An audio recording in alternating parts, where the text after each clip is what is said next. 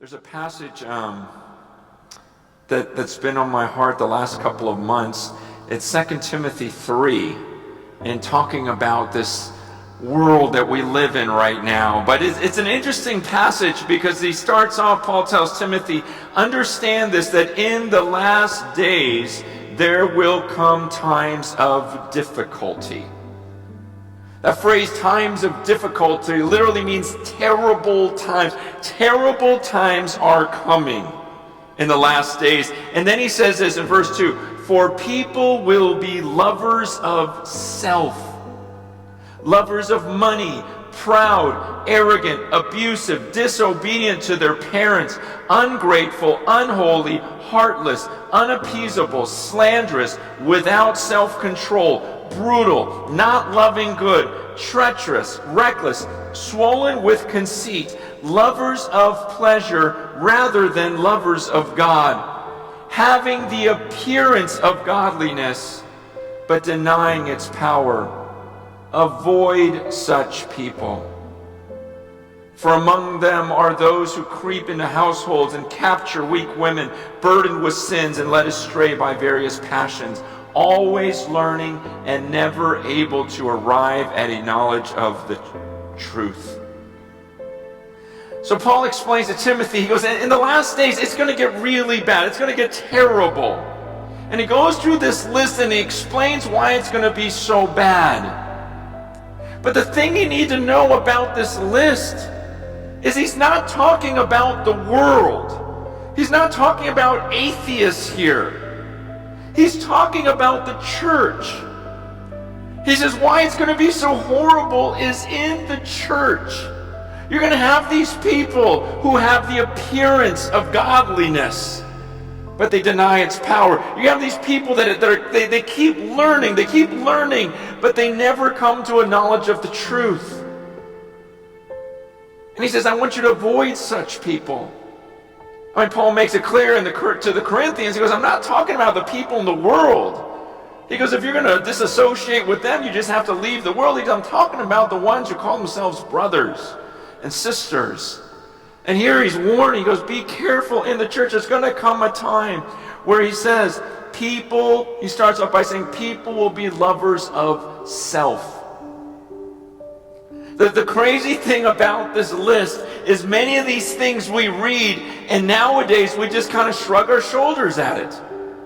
They don't seem like terrible sins, even in the church. Like we read, like disobedient to parents. Big deal. I mean, isn't it more that we are shocked when a child actually obeys his parents? And that's crept into the church. There's an expectation. If you don't believe me, work in the child care. It's there. And we just kind of go, man, what can we do? It's just where we live. There's this idea of lovers of self. I was reading one commentary that said, that phrase, lovers of self, is first because that's kind of the sewage pipe through which all the other garbage flows through. He says, you're a lover of self. You love yourself. That's why he says, lovers of self, lovers of money. Why do you love money? Because you love yourself. You want money. Proud. Why are you proud? Because you love yourself. Why are you arrogant? Because you love yourself. Why are you abusive? Because you don't think about what you do to other people. You're thinking about yourself, this idea of self-love, which is so normal in the world today. I remember being in junior high or high school, and remember that Whitney Houston song came out, the greatest love of all is learning to love yourself. It's the greatest love of all. That's love, when you can learn to love yourself. And yet Paul says, be careful. In the end times, it's going to get crazy because people are going to love themselves. And even in the church, you hear this creeping in, where people go, well, Jesus says love your neighbor as yourself, and so let's focus on loving ourselves more so we can love our neighbors. Because I don't love myself enough. And the truth is you're going, man, no, you're crazy about yourself. Every time we get together, you want to talk about yourself. let's talk about me and how I can love me and how you can love me. It's just this idea because you understand and it's become so normal to us. I mean, I was reading this thing about the sociologists are saying that our culture, this generation, is by far, by a long shot, the most narcissistic culture to ever exist. I mean, we think it's normal and acceptable for every single person in our country to create a page talking about themselves. Wanting everyone to look at themselves. Everyone thinking, I have the opinion that's going to change. We think that's normal. You understand, back then they'd be like, you got to be kidding me. Everyone is going to think that their voice should be heard. And everyone is going to build this shrine to themselves so that everyone else can see and make themselves look as good as possible. It's normal. And Paul says this is going to get terrible because this is going to be in the church. People are going to be lovers of self, not lovers of God. They're going to love themselves, be arrogant, proud. They'll love money, abusive, disobedient to their parents, ungrateful, which is the mark of a spirit-filled person, as he just thanks God for everything in Christ Jesus. But they're going to become ungrateful, unholy. They're not going to care about holiness. Let me just say something about that. Okay, when I grew up, we talked a lot about purity and holiness. And lately, there's been a new thing happening, which there's part of it that I love. And I feel like I'm part of the one that instigated some of this, where I would look at the church and go, man, there's starving people out in the world. There's people with no clean drinking water. There's girls that are in, little children and little boys who are being sold into slavery as sex slaves. We got to get to them. We got to get water to them. We got to get food to them. We got to rescue them from all these places. And I was just trying to awaken a church, and I saw this younger generation that had this faith and said, I'll jump on a plane right now. I'll jump on a plane right now. I'll risk my life to rescue these kids. I'll risk my life. I'll give everything I have. And I love it. I go, man, that's a great, great passion. I see this fire and I see this faith. But that same generation, I also see that they've walked away from holiness. And we're willing to go and take steps of faith. But are we willing to keep our bodies pure? And our minds pure? Are we still concerned about being morally pure in the eyes of God? You can be heartless, unappeasable, slanderous, without self-control, brutal, not loving good, treacherous, reckless, swollen with conceit, lovers of pleasure rather than lovers of God. Again, how many times are we seeing it now, even in the church, where we're trying to draw people into the church through pleasure?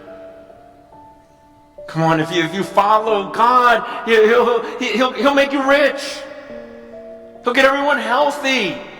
You'll have your family back. Don't you want God? And it's all about you, and it's all about pleasure. And they're like, okay, let me try that. If that's going to restore my marriage, if that's going to make my kids love me, if that's going to take away my sickness, if that's going to help me get a job, if that's going to make me rich. And you've got this gospel being preached out there saying, if you follow Jesus, you will get this. Rather than, no, if you follow Jesus, you'll get Jesus. And that's enough. That's enough. He'll be your shepherd, and you won't even want. It'll be like your cup is overflowing. But he says, no, in the end times, they're going to be lovers of pleasure, not lovers of self. And so I've been praying, going, God, I don't want to be like, the end is near kind of guy, but I look at the world, and I look at where we're at, and I look at the church, and I go, gosh, now is the time for us to be strong and go, okay, that's fine, that's going to happen, but not me. That's why I love when Paul would tell Timothy things and say, the world's going to get this way, but as for you, man of God, not you. Okay, this is what's going to happen in the future, but you, here's what I want from you. And that's what I was praying for in this room. I'm going, God, I just want them to be strong. I want them to be strong. You know, the world's getting crazy. Who knows what's going to happen next? You just see it happening. The writing's on the wall. Every month seems like just something new that goes against this book. And it's like, I don't know if this can be stopped. And so I'm praying for you while I was flying here today. I'm on the airplane, you know, and I'm on, you know, not on my knees. That would have been a little weird. It's just too tight with the aisles. And I'm just, you know, on my face like this, kind of praying, God, come on, you know, help me out. You know, and I take a break and I would look, and, you know, you got the TV screens going on, and I'm praying. And every time I peek up, that show, The Deadliest Catch was on. You know, that's about people who go to the Bering Sea and try to catch a crab and die. And so I'm praying and I'm looking, you know, at the TV every once in a while, you know, praying some more, looking up, watching, okay, how many did they catch? But there was this picture. I'm not trying to exegete Deadliest Catch, but there was just this thought of, man, our job, sometimes we as believers will look at the world and all the stuff that's going on, and we try to change that. And I just don't know if that's what I see in here. It seems like there are some things that are inevitable of where our world is going to go. And our job is not to calm the sea, but to make sure our boat is intact. You know, and make sure it keeps heading in the right direction, and make sure that crew is strong and courageous, and we just keep going and keep steadying the course, because we're not going to be able to affect the whole world in that sense, but we're responsible for the church. We're responsible for our boat. And I just kept looking at these boats being turned and tossed by the ocean. It's like, man, it wasn't their job to try to calm the seas. They can't do that. But the boat, they had control over that. The crew, they had control over that. And it was just this picture in my mind as I was reading 2 Timothy, going, man, that's what he's saying here. Is, okay, this is going to happen, but you, the church, what are you going to do amidst that? Are you going to stay the course? Are you going to keep these people encouraged and focused and go, no, we're heading somewhere. I know right now it feels like we're going backwards. The storm's coming right at us and we're turning left, right, everything else. People are getting thrown overboard. But let's just keep this thing going, because it's going to happen. We got to keep going in this direction. See, this is about the church. I think a lot of times we need to pay less attention to the world and more attention to the church. That's what Paul was saying, right? In 1 Corinthians 5. It's like, I'm not asking you to judge the outsiders, but I am asking you to judge the church. To judge those who are inside. That's what we're called to do. And the first place we have to look at is us, right? We got to start with ourselves.